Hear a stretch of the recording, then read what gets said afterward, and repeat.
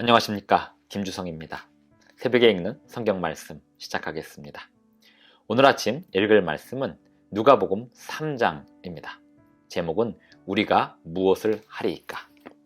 침례 요한은 구약 성경에 이사야가 예언한 인물입니다.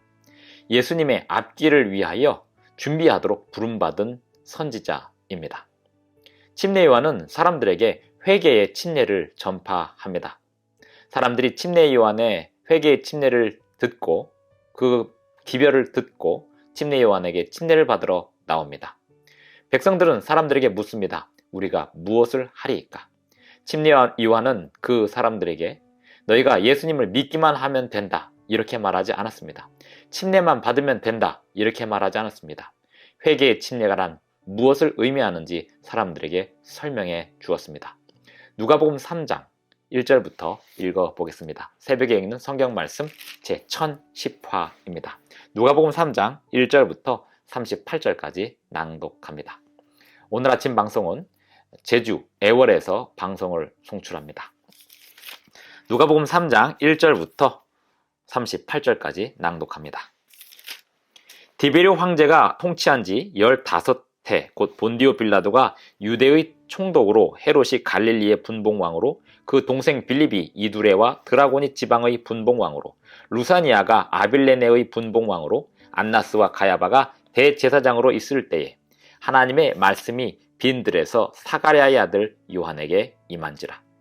요한이 요단강 부근 각처에 와서 죄사함을 받게 하는 회개의 침례를 전파하니 선지자 이사야의 책에 쓴 바 광야에서 외치는 자의 소리가 있어 이르되 너희는 주의 길을 준비하라. 그의 오실 길을 곧게 하라. 모든 골짜기가 메워지고 모든 산과 작은 산이 낮아지고 굽은 것이 곧아지고 험한 길이 평탄하여질 것이요 모든 육체가 하나님의 구원하심을 보리라.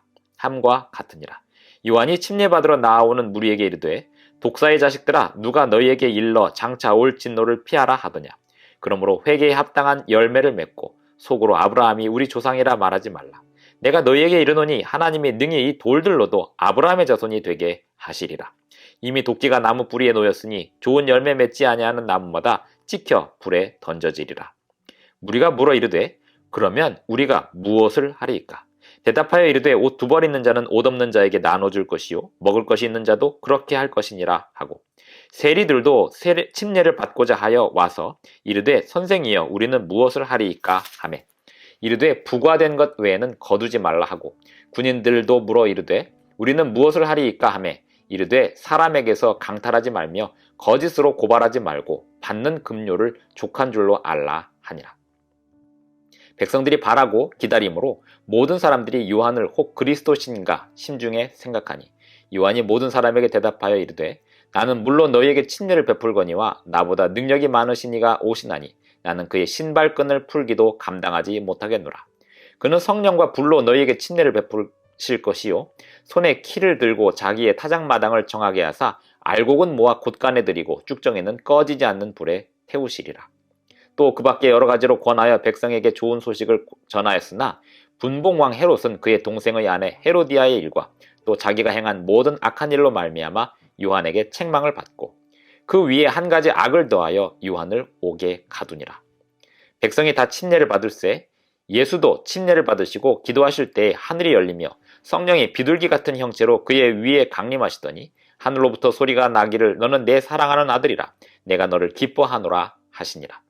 예수께서 가르치심을 시작하실 때에 30세쯤 되시니라. 사람들이 아는 대로는 요셉의 아들이니 요셉의 위는 헬리요 그 위는 마따시요 그 위는 레위요 그 위는 멜기요 그 위는 얀나요 그 위는 요셉이요 그 위는 마따디아요 그 위는 아모스요 그 위는 나훔이요 그 위는 에슬리요 그 위는 낫게요 그 위는 마시요 그 위는 마따디아요 그 위는 서머인이요 그 위는 요색이요 그 위는 요다요 그 위는 요하나니요 그 위는 레사요 그 위는 스룹바벨이요 그 위는 스알디엘이요 그 위는 네리요 그 위는 멜기요 그 위는 아띠요 그 위는 고삼이요 그 위는 엘마담이요 그 위는 에르요 그 위는 예수요 그 위는 엘리에서요 그 위는 요림이요 그 위는 마따시요 그 위는 레위요 그 위는 시므온이요 그 위는 유다요 그 위는 요셉이요 그 위는 요남이요 그 위는 엘리야김이요 그 위는 멜레아요 그 위는 멘나요 그 위는 마따다요 그 위는 나단이요, 그 위는 다윗이요,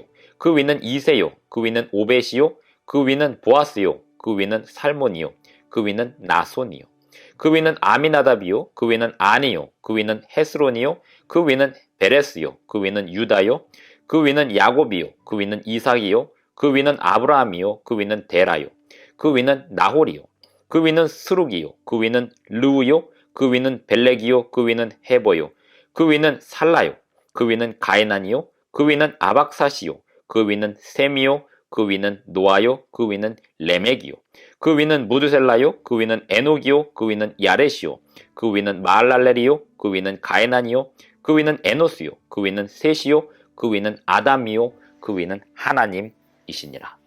누가복음 3장 1절부터 38절까지 낭독하였습니다. 여기 예수님의 족보의 목적, 기록 목적은 예수님이 인자로 사람의 아들로 오셨다는 사실을 말씀하고 있습니다. 아담의 후손으로 오신 것입니다. 마태복음의 족보와 누가복음의 족보가 약간 차이가 있는 것은 족보 기록의 편찬 목적이 약간의 차이가 있기 때문일 것이라고 판단이 됩니다. 또한 마태복음은 요셉의 족보이지만 누가복음 3장의 족보는 어쩌면 마리아 계통의 족보일 수도 있기 때문에 차이가 난다고 보는 학자들도 있습니다. 누가복음 3장 족보의 가장 중요한 점은 예수님께서 아담의 자손으로 오셨다는 사실입니다. 아담의 자손이 범죄한 후에 죽음에 이르게 되었고 스스로 구원할 수 없게 되었을 때 예수님께서 오시겠다고 약속하셨는데 그 약속을, 그 예언을 이루셨음을 누가복음 3장의 족보가 설명하고 있는 것입니다. 누가복음 3장의 침례 요한이 예수님의 길을 준비하는데요. 예수님의 길을 준비하면서 침례 요한이 전파한 것은 회개의 침례였습니다. 사람들에게 회개의 침례를 전파했을 때 사람들이 나와서 물어봅니다. 우리가 어떻게 하여야 하리이까? 침례 요한은 이렇게 말합니다. 대답하여 이르되 옷 두 벌 있는 자는 옷 없는 자에게 나눠줄 것이요 먹을 것이 있는 자도 그렇게 할 것이니라 하고 세리들도 침례를 받고자 하여 와서 이르되 선생이여 우리는 무엇을 하리이까 하매 이르되 부과된 것 외에는 거두지 말라. 군인들도 물어 이르되 우리는 무엇을 하리이까 하매 이르되 사람에게서 강탈하지 말며 거짓으로 고발하지 말고 받는 급료를 족한 줄로 알라 하니라. 침례 요한은 선지자 이사야가 예언한 선지자입니다. 예수님의 앞길을 예비하는 선지자입니다. 그리고 침례 요한이 전한 회개의 침례는 이사야가 전한 하나님의 정의를 사회에 선포하고 적용하는 것과도 같은 말씀을 하고 있습니다. 회개의 침례란 무엇인가요? 삶이 바뀌는 것입니다. 세상을 향한 하나님의 정의를 펼치는 것이 회개의 침례입니다. 회개의 침례는 그저 의식이나 생각으로만 하는 것이 아닙니다. 그리고 예식으로만 끝나는 것이 아닙니다. 회개란 나의 삶이 완전히 바뀌는 것입니다. 회개의 침례란 내 주변의 삶의 사회에 하나님께서 나에게 맡겨주신 정의를 행하는 것입니다. 침례 요한이 말한 대로 군인들도 물어 이르되 우리는 무엇을 하리이까 하며 이르되 사람에게서 강탈하지 말며 거짓으로 고발하지 말고 받는 급료를 족한 줄로 알라라고 말씀하였던 것처럼 그 한 예가 보여주는 것처럼 각자 자신에게 맡겨진 소명을 다하면서 정의롭게 사는 것 그리고 하나님 말씀에 순종하는 것이 회개의 침례임을 침례 요한이 사람들에게 전파하였던 것입니다. 예수님께서 침례 요한에게 침례를 받으십니다. 백성이 다 침례를 받을새 예수도 침례를 받으시고 기도하실 때 하늘이 열리며 성령이 비둘기 같은 형체로 그의 위에 강림하시더니 하늘로부터 소리가 나기를 너는 내 사랑하는 아들이라 내가 너를 기뻐하노라 하시니라. 예수님께서 침례를 받으신 그 의미는 무엇일까요? 예수님은 죄로부터 구원을 받기 위하여 침례를 받으신 것이 아니었습니다. 예수님의 침례는 하나님께서 예수님에게 맡겨주신 그리고 예수님 자신이 가지신 그 공적인 사명을 이루시기 위함이었습니다. 사람이 받는 침례는 죄에서 구원받는 것을 의미하기도 하지만 예수님 받으신 침례에 비하여 생각해 본다면 우리가 받는 침례의 또 다른 의미는 하나님께서 우리에게 맡겨주신 사명을 성취하는 것이 침례의 목적입니다. 회개의 침례란 결국 하나님의 정의를 세상에 전하는 것입니다. 오늘도 하나님의 정의를 세상에 전하는 저와 여러분이 되기를 바라면서 말씀을 마치겠습니다. 기도하시겠습니다. 하늘에 계신 우리 아버지, 오늘도 우리에게 새 아침을 주셔서 감사합니다.